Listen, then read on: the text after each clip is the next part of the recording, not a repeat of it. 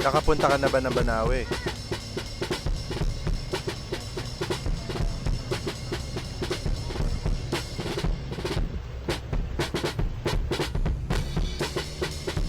Alam mo bang maraming restaurants dito? Kaliwat kanan. Pero nung bata ako, akala ko ang Banawe bilihan lang ng pyesa ng kotse. Lalahan ng sirang kotse, surplusan, o kaya kung magpapalit ng gulong, pupunta ako dito. Daming pyesa kompleto.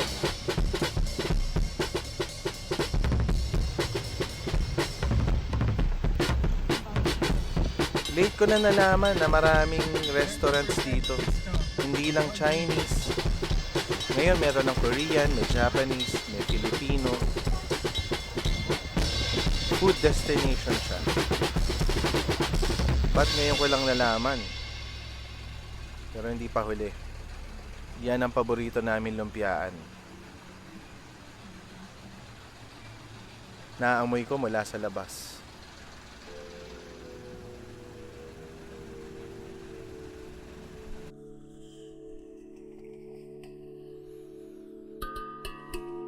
Sa pintuan pa lang ang dami nakapaskil na mga pagkain.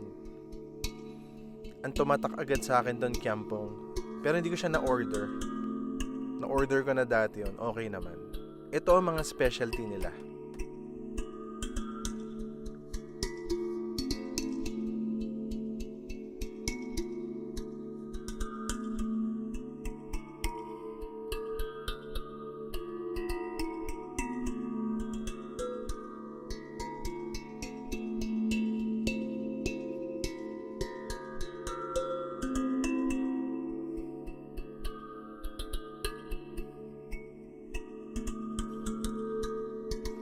Mabait sila. Pinagawa nga nila ako ng lumpia oh. Madali lang.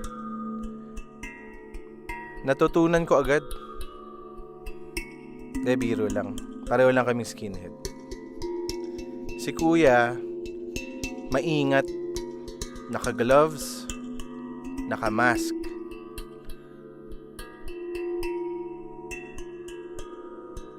Masterfully done.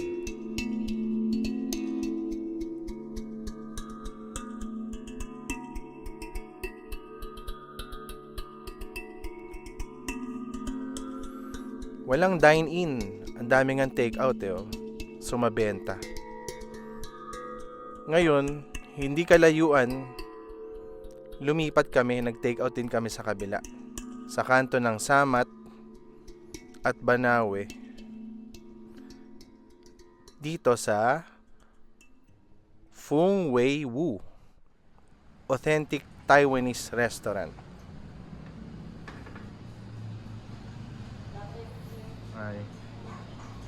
Dito may dine-in, pero konti lang ang mesa.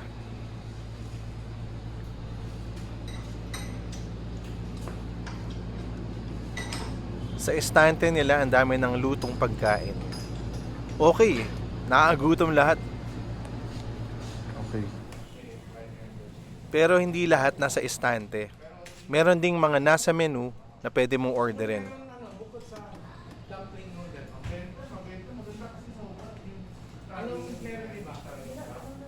Nag-take out din kami ng mga items na sinabi nila na best sellers at sa kotse ko na lang kakainin. Simulan muna natin yung mga tinake out ko sa Muy Hong. Masarap to. Ito yung mismo. Ito yung pato. Tingnan natin Best seller daw to.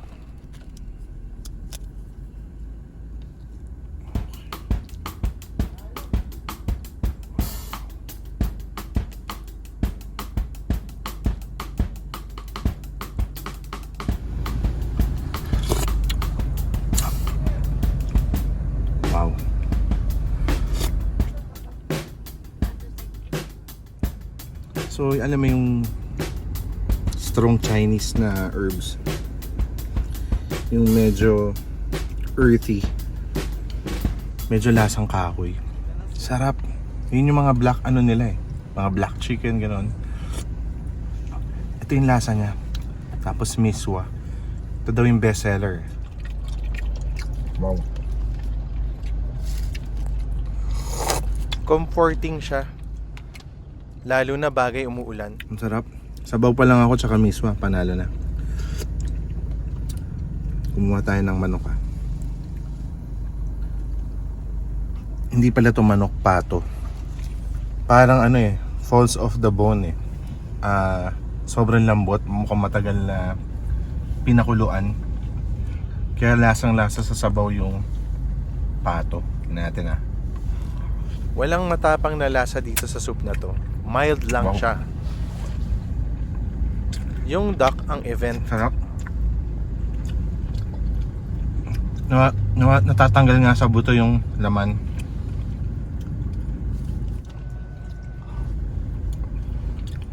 Ibang klase kasi yung laman ng pato eh, mamula-mula. Sobrang sarap. Wow. So para sa akin bago ang experience na nag-e-enjoy ng duck kasamang Grabe miswa sarap. at sabaw. Kadalasan sa Pilipinas, pansit tayo at kanin. Next sa agenda yung Kikiam.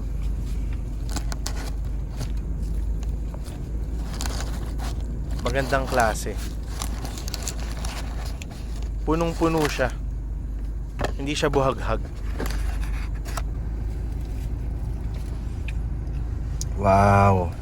Yung typical amoy ng Kikiam. Kargada ng spices. Wala masyadong taba. Tapos crispy yung balat. Kala mo balat ng duck. Tikman natin ah.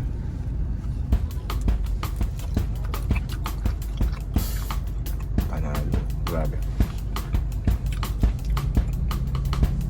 Siyempre meron siya extender para maging buo siya. Pero grabe yung flavor. Malaman siya. At saka ang sarap ng lasa. Hindi ako naghahanap ng sausawan. Ang typical sausawan niya kung meron siyang, hindi ko alam kung may binigay yung matamis. Sarap din kung meron. Sobrang panalo ng Kikiam na to. Sa sobrang sarap, nag-take home kami niyan. At pwedeng balikan. Next, take out.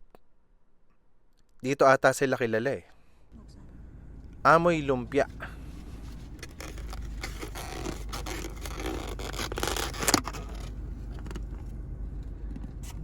Yun naman. Parang burritos. Pero gulay.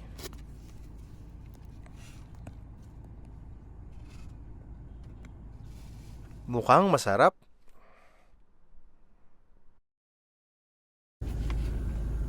Pwede, disente. Halos pareho nung mga nasa Binondo. Tikman natin ah. Compact naman siya. Hindi ko nalalagay siguro nung sauce. Kakainin ko na. Amoy test. Ang bango, amoy garlic. Tapos parang maraming carrots. I'm guessing meron tong syempre yung sariwang bawang. Ito ko ba to? Tingnan natin. Laki. Game.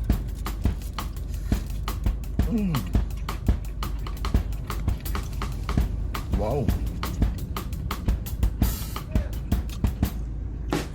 Nandun yung bawang, present. Kasi pagkagat mo, mararamdaman mo ng dila mo misting. Para sa mahilig sa bawang, sobrang panalo nito. At saka yung parang may nilalagay silang green. At saka yung parang bihon na malutong. May malaki epekto nun psychologically sa pagkain mo ng sariwang lumpia. May lutong factor. Pero ang panalo nga, mabawang siya. Kasi ang gulay niya hindi sobrang soggy. May texture pa. Masarap. Panalo to. Kaya lalong gustong gusto ko to. Kasi may wansui. Yun yung number 1 na paborito ko. Kesa sa kinchay, kuchay, wansui talaga yung paborito ko. Kaya sobrang sarap nito lumpia na to. Gaboom. Grabe. Tapang ng bawang.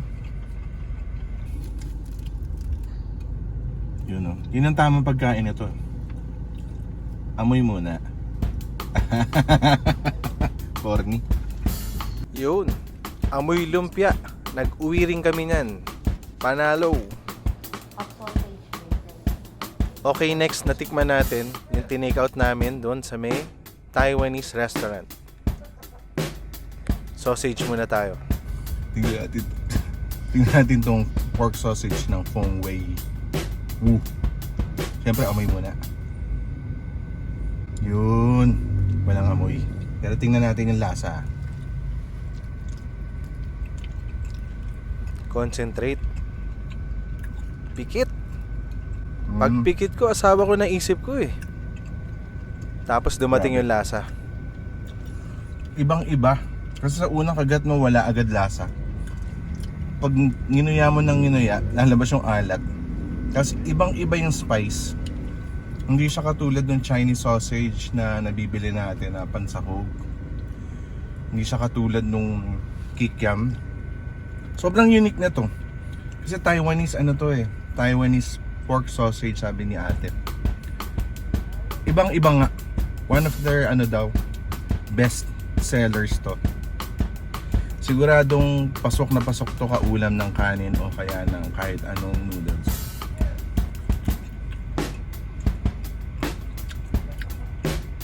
Alam ko na.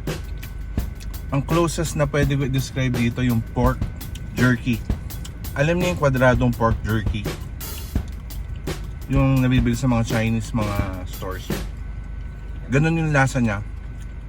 Yun nga lang, hindi siya matigas. Malambot na, version. No? So ibig sabihin yung spices na ginagamit sa pork jerky na yun, same. Okay din to. Sobrang iba eh.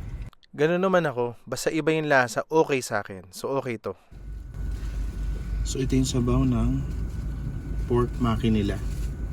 Makulay oh. Unlike nung ibang maki. Yung ibang maki kasi walang carrots, black lang. Ito may mga mushroom pa. Hindi ko lang alam kung ano to. Parang labanos. Malalaman natin mamaya. Tapos nakahiwalay yung noodles. Lalagay natin yung noodles. Ang init! Grabe! Mag-ingat nga pala kayo, mainit yung noodles nila. So ayan na, nilagay ko yung noodles dun sa sabaw ng maki. Punong-puno. Hindi katulad nung alam natin na maki. Kasi yung maki natin na nakagisnan, inuulam natin sa kanin eh. Ito may noodles na punong-puno ang taba. Iba at makulay siya. Fat and flat noodles. Maganda yung noodles sa mga mga Taiwanese noodles kung napapansin nyo. Tingnan natin.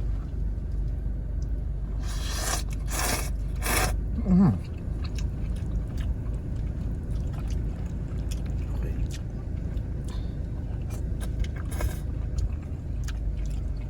Sarap yung noodles. Pero mostly texture lang ang kaya ko i-describe dun sa kain na yun.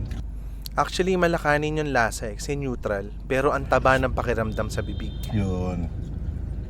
So basically yun na. Parang ito yung kanin ng sabaw. Ganon, ito yung carbohydrates. Ito yung ulam. Tingnan natin yung karne. Doon ang kaiba. Hindi siya pork talaga. Para siyang ayan tingnan nyo. Parang pork balls. Iba rin yung lasa. Nothing like ng mga Chinese na mga pork balls. Unique siya. Iba talaga lahat dito sa Fong Wei Wu. Okay na okay. Yun. Ang pinagkaiba niya sa Binondo Maki, marami siyang ibang sahog.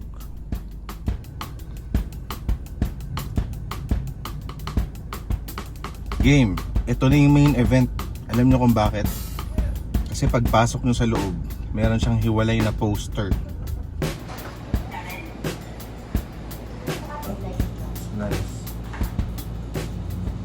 Kumbaga, ito yung pinaka rockstar nila. At pag nagtanong ka, ito yung unang sasabihin nila na bestseller nila. Ituturo nila yung parang mga square chunks ng mukhang patatim ganun. Amuyin natin kung kamag-anak to ng patatim. Medyo adobo-ish patatim yung amoy. Tapos yung mantika, very familiar. Alam nyo na, parang niluto to na matagal hanggang sa ma-breakdown yung fats. Nag-release na yung taba, naging sabaw na. Pero yung habang nilalaro ko siya, malagkit na malagkit.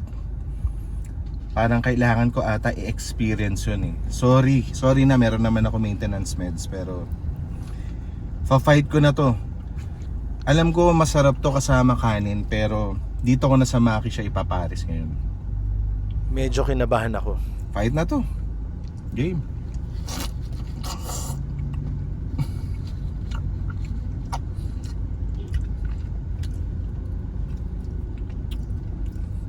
Grabe yun. Nakakatakot. Hindi ko alam kung natsyempohan lang ko ng sobrang tabang pyesa. Grabe yun Tapos pinilit ko i-chase ng noodles. Kumuha naman tayo ng laman. Kasi parang puro taba yung nakain ko nun.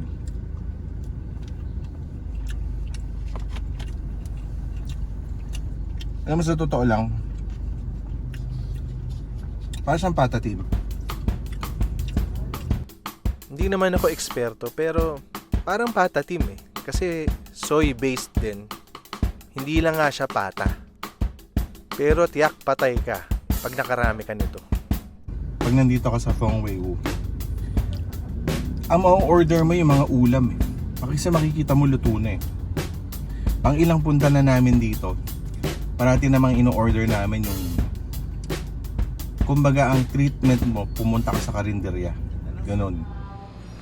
So kung may bala kayong dumayo, sumubo kayo ng mga iba pang putahe. Masasarap yan. Dati naka-order na ako ng mga gulay. Ang thrill dito, wala ka ng wait kasi luto na Pero kung adventurous ka, sumubo ka nun nasa menu. Iba Taiwanese Okay. So yun, may surplus ng pagkain dito. Hindi nga umabot itong video ko para dun pa sa isang inuwi ko. May part 2 ito.